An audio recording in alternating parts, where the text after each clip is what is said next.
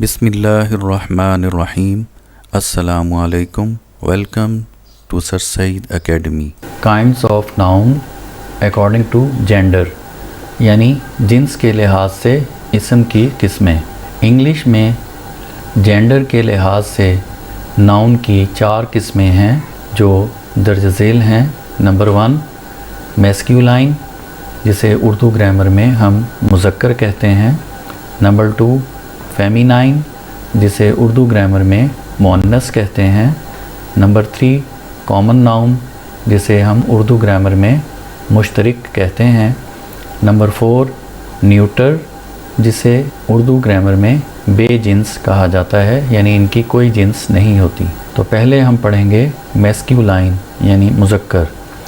اس کی ڈیفینیشن ہے جو ناؤن کسی نر یا مذکر چیز کے لیے استعمال ہوتا ہے اسے میسکیولائن جینڈر کا ناؤن کہتے ہیں. مثلا مین، ٹائیگر، ہارس، بوائے، کاک، لائن ایٹسیٹرا. یہ تمام جو ناؤنس ہیں آپ جانتے ہیں کہ یہ میلز کے لیے استعمال ہوتے ہیں، یعنی یہ میسکیولائن جینڈر کے لیے استعمال ہوتے ہیں، مذکر کے لیے استعمال ہوتے ہیں. اس کے بعد ہے فیمینائن، جسے اردو گرامر میں ہم مؤنث کہتے ہیں. اس کی ڈیفینیشن ہے جو ناؤن کسی مادہ یا مؤنث چیز کے لیے استعمال ہوتا ہے اسے فیمینائن جینڈر کا ناؤن کہتے ہیں. مثلا وومین، ٹائیگریس، میئر، گرل، ہین، لائنس ایٹسیٹرا.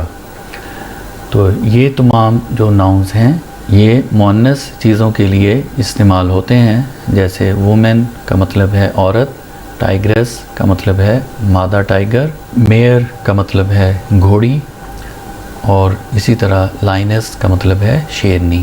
اب نمبر 3 پر ہے کامن، یعنی اردو گرامر میں اسے ہم مشترک کہتے ہیں. اس کی ڈیفینیشن ہے جو ناؤن نر اور مادہ یا مذکر و مؤنث یعنی میسکیولائن اینڈ فیمینائن دونوں طرح کی چیزوں کے لیے استعمال ہو اسے ہم کامن جینڈر کا ناؤن کہتے ہیں.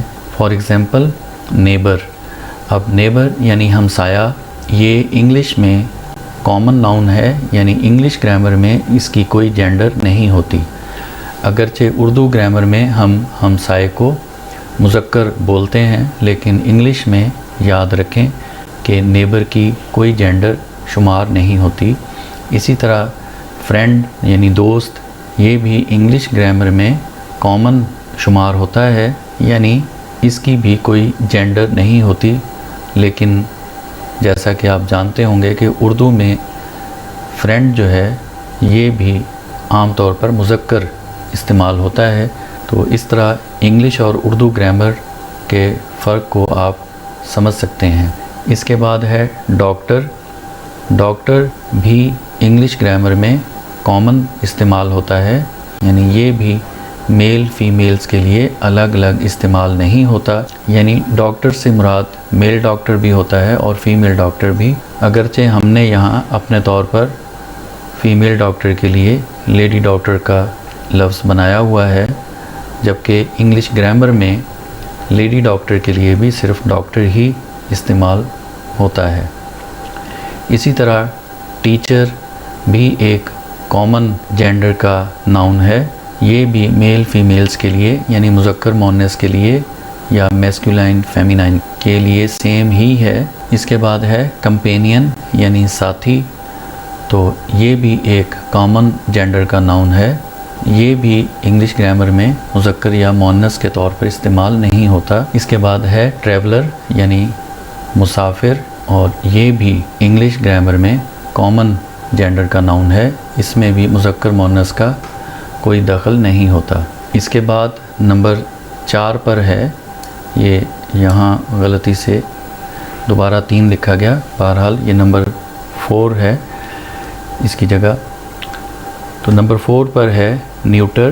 نیوٹر مین بے جنس، یعنی جو ناؤن کسی بے جان چیز کے لیے استعمال ہوتا ہے اسے نیوٹر جینڈر کا ناؤن کہتے ہیں.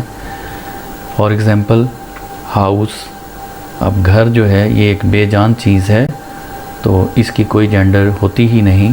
اسی طرح book, pen, cap, gold, iron, paper, pencil, computer وغیرہ یہ سب نیوٹر جینڈر کے ناؤنز ہیں کیونکہ یہ سب بے جان چیزیں ہیں اور ان کی کوئی جینڈر نہیں ہوتی. اب سنگولر اینڈ پلورل کی طرح یہاں کچھ امپورٹنٹ میسکولائن اینڈ فیمینائن دیے گئے ہیں.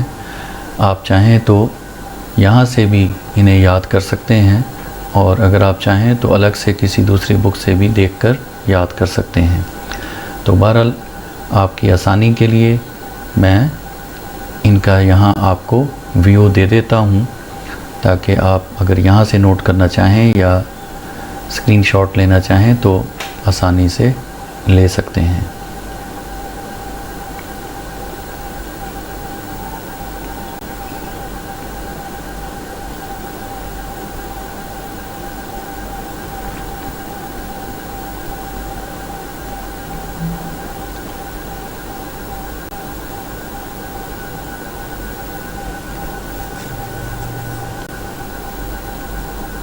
تو یہ تھے امپورٹنٹ میسکولائن اینڈ فیمینائن